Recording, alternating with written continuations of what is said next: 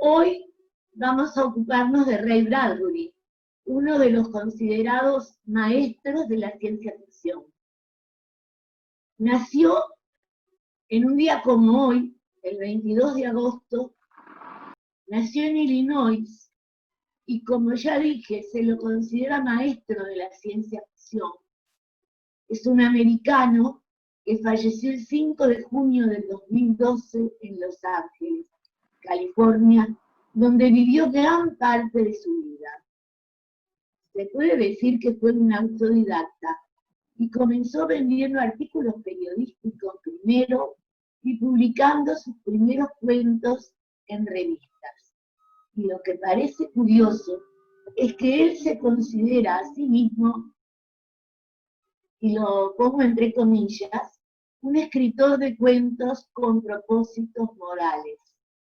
Con respecto a sus cuentos, y personalmente diría que quizá lo que él llama propósitos morales alude a esa crítica, a esa sátira o advertencia contra el peligro de lo exagerado del avance tecnológico.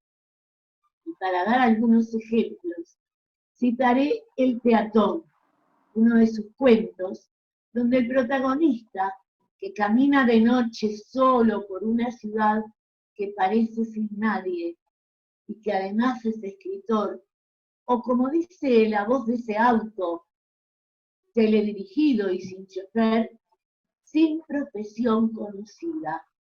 Y aquí ya se ve el sentido crítico de Bradbury, ¿verdad?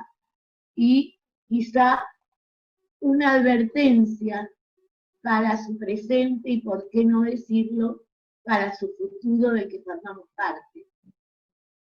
Y otro ejemplo que podemos citar es El asesino, otro de sus cuentos, donde Albert Brock, su protagonista, internado en una clínica psiquiátrica por asesinar máquinas, parece realmente mucho más normal y sereno que aquel psiquiatra que se debate entre la música, los teléfonos, los reloj pulsera que llaman y llaman, y las voces que salen del techo, etcétera, etcétera.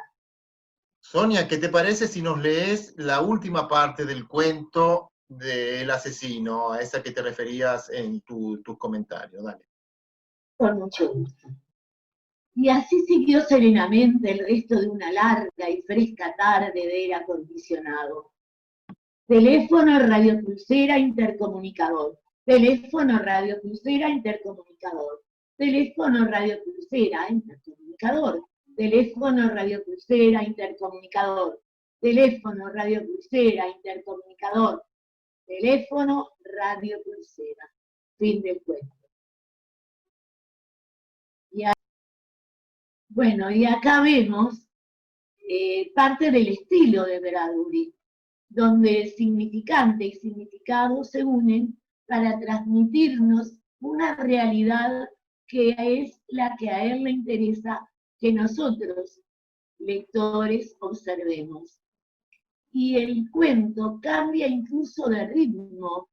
El ritmo se hace loco, tan loco como parece ese psiquiatra, que en realidad debería ser el que da serenidad a la escena, y que sin embargo está sumergido en ese mundo lógico, tecnológico, exageradamente tecnológico, donde el ser humano parece totalmente cosificado, una cosa más. Sonia, ¿qué podemos decir de sus novelas, de Crónicas Marcianas, de Fahrenheit? ¿Podrías darnos una idea, un panorama de su obra? Bueno, como no, novelas escribió muchas también, porque la obra de Bradbury es muy prolífera, ¿no? En realidad comenzó con la ciencia ficción, se puede decir, en 1950, que es el año en que surgen las Crónicas Marcianas. Aunque él califica como única novela suya de ciencia ficción Fahrenheit 451.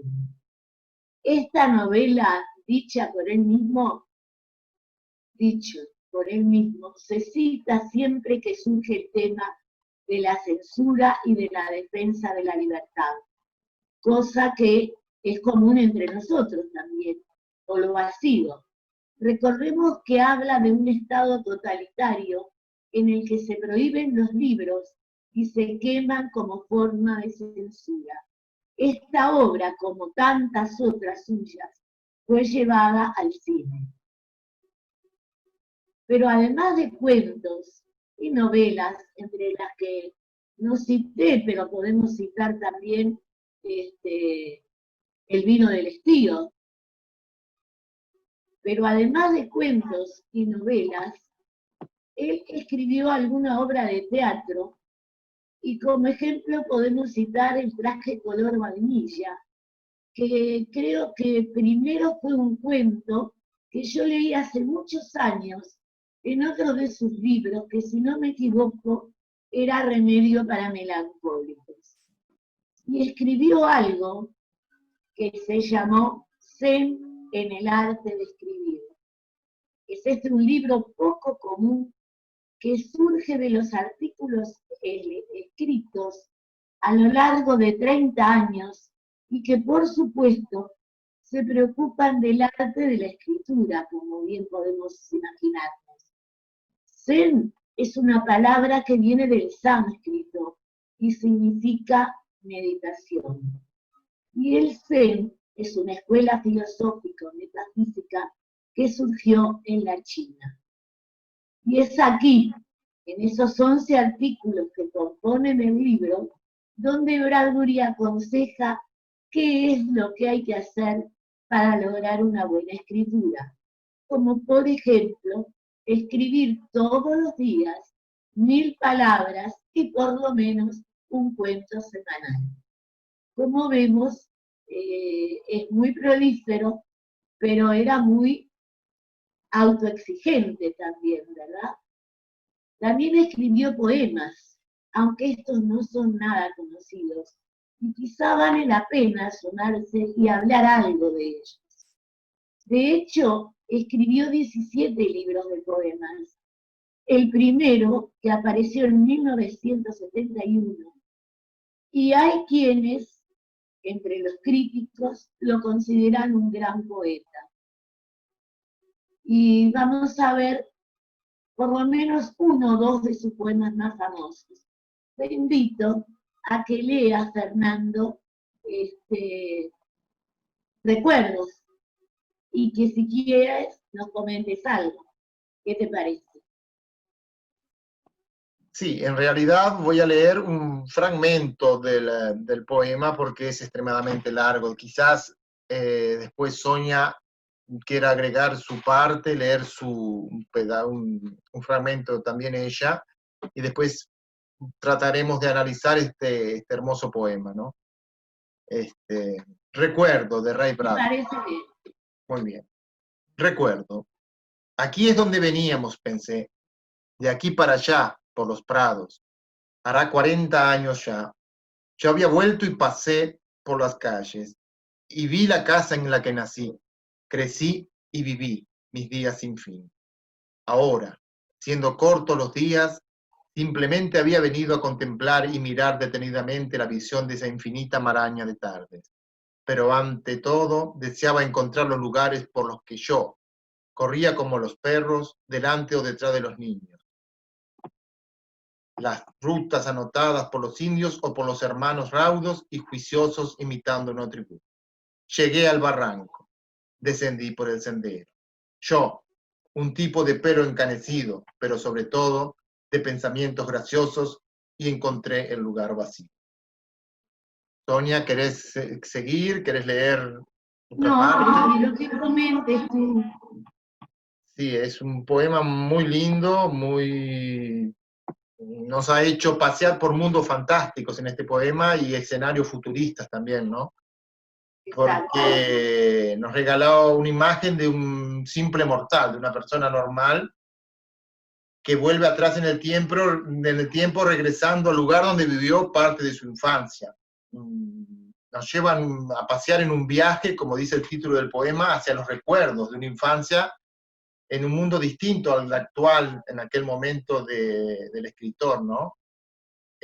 Un mundo en el cual los niños eran niños y se divertían con cosas normales, digamos, trepando a los árboles o recogiendo piedras, un mundo lleno de selvas, animales, animales salvajes y de misterios, ¿no? En el poema Bradbury maldice a los jóvenes contemporáneos porque en parte se han olvidado de ese mundo fantástico en el cual él se crió. Y se hace muchas preguntas, entre ellas, ¿qué ha pasado? ¿Por qué todo se ha transformado? ¿No? Y apunta al milagro de la vida cotidiana, ¿no? A la niñez, a una niñez recobrada cuando casi sin pensarlo se sube a aquel árbol, a un árbol que lo cobijó de pequeño, y vuelve, como en uno de sus cuentos fantásticos, atrás en el tiempo. En realidad, gracias a este poema, podemos ver un hombre de pelo canoso, como leí hasta al final, que puede, queriendo volver a ser un niño, cuando nos dice acurrucado como un mono envejecido, en aquel refugio que muchos años atrás dio una razón de vivir a su vida, ¿no? Y el lector se va compenetrando en los versos, al menos a mí me pasó, y viaja con él en el tiempo, desde el joven al viejo, desde el yo que era pequeño y fresco hasta el yo que era grande y nunca más nuevo. Nos presenta el pasar del tiempo como algo irreversible y a su vez necesario. Aquí vuelve la normalidad en Bradbury, ¿no? Nos llama a perpetuarse, dando a su poesía, que es simple y terrenal, una dimensión metafísica que es a su vez optimista, porque dice, en una parte del poema, dice, sabiendo que un día debo llegar, venir, buscar, regresar. Hasta transmitir un sentimiento de euforía por haberse reencontrado con un pasado que era destinado a ser futuro en aquel tiempo, porque cuando él era niño, había dicho, era un mensaje al futuro a mí mismo. En realidad, Bradbury escribe, sí, para el lector, pero también habla para sí mismo. Sin mirar las estrellas, sabe cómo hacer para emocionarnos, pero para hacernos también participar del reencuentro entre el presente y el pasado. No sé, Sonia, si querés agregar algo. Y no sé si te parece oportuno leer, aunque sea al final, es un hermosísimo poema donde Bradbury dialoga, Bradbury anciano, dialoga o se encuentra, se reencuentra con Bradbury niño. Podemos irnos al final del poema, que parece bastante ilustrativo. Muy bien, dale. Y el final nos habla de cuando él sube a aquel árbol que subió cuando era niño, y recuerda que había guardado algo en un nido, y entonces nos dice, metí la mano en el nido, ahondé bien los dedos, nada, nada de nada, pero al andar más, allí estaba la nota, como alas de polilla, nítidamente empolvadas, bien plegadas, había sobrevivido. Las lluvias no la tocaron, la luz del sol no descoloró su contenido. Ocupaba mi palma, conocía su forma, papel rayado de un viejo libro de garabatos de jefe indio Sioux. ¿Qué? ¿Qué? ¿O qué había puesto yo allí en palabras hacía ya tantos años? La abrí. Ahora mismo tenía que saberlo. La abrí y lloré. Me pegué al árbol y dejé las lágrimas caer y rodar por mi barbilla. Querido muchacho, extraño niño, que debe haber conocido a los años y contemplado el tiempo y olido la dulce muerte en las flores, en el lejano cementerio. Era un mensaje al futuro, a mí mismo, sabiendo que un día debo llegar, venir, buscar, regresar, desde el joven al viejo, desde el yo que era pequeño y fresco, hasta el yo que era grande y nunca más nuevo. ¿Qué decía que me hizo llorar? me acuerdo de ti, me acuerdo de ti. Y ahí termina un poema que nos muestra cómo la magia de Bradbury, esa misma magia que despliega en sus cuentos y en sus novelas, hace que el Bradbury niño le escriba al Bradbury anciano. El Bradbury del pasado le escriba al Bradbury del presente. Y pasado y presente se unen y el pasado o el niño le habla al anciano. Y así termina el poema. Él pregunta y nos pregunta, porque el tono interrogativo del verso está dirigido a involucrarnos a nosotros, sus lectores. ¿Qué decía que me hizo llorar? Repito, ¿no? El final. Me acuerdo de ti, me acuerdo de ti. Y hay un verso anafórico que nos da el encuentro de los dos Bradburys. El encuentro de Bradbury niño, que vivió aquellas aventuras, y el encuentro de Bradbury anciano, que ahora y con todo cariño nos las evoca y nos las hace evocar a nosotros que no las vivimos. No sé si estás de acuerdo, Fernando. Sí, completamente de acuerdo. Sonia, hay un poema muy lindo también de Bradbury que yo pienso que te va a gustar leerlo, ¿no? Siempre llevo conmigo lo invisible. ¿Qué te parece si te escuchamos leyéndolo? La lectura de ese poema del que de alguna manera hablamos, ¿no? Exacto. Siempre llevo conmigo lo invisible. Siempre llevo conmigo lo invisible. Las cosas que sé, pero no conozco. Y pretendo averiguar a tientas en ese país de ciegos que es la mente y cada pensamiento y todo cambio climatológico interior. Palpo el cambio de luz, los distintos tonos de los atardeceres camino de la noche. En todos esos sueños en penumbra antes del alba, escribo poemas, les ofrezco un hogar, del jardín jeroglífico donde los perros garabatean, escribiendo futuro sobre un trébol lleno de escarcha, que se marchita o que se muere. Allá va, ¿oyes los gritos? Allá va. El balón solitario escala el cielo. Un ruidoso muchacho que no vemos lo ha lanzado a una niña en el césped de la cara más lejana del mediodía. Los retengo para releerlos algún día en invierno, cuando oscurezca a las 3 y mi razón para existir sea un balón trotamundos del cielo, lanzado al infinito de una mano invisible a otra mano invisible. Allí se quedará, porque yo puedo hacer que el arco se congele. Grito, detente, y el balón, en los versos, se queda suspendido entre los árboles para nunca bajar.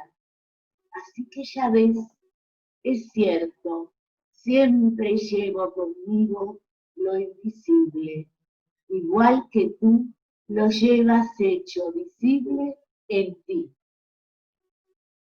Bueno, y acá vemos otra de las características de Bradbury.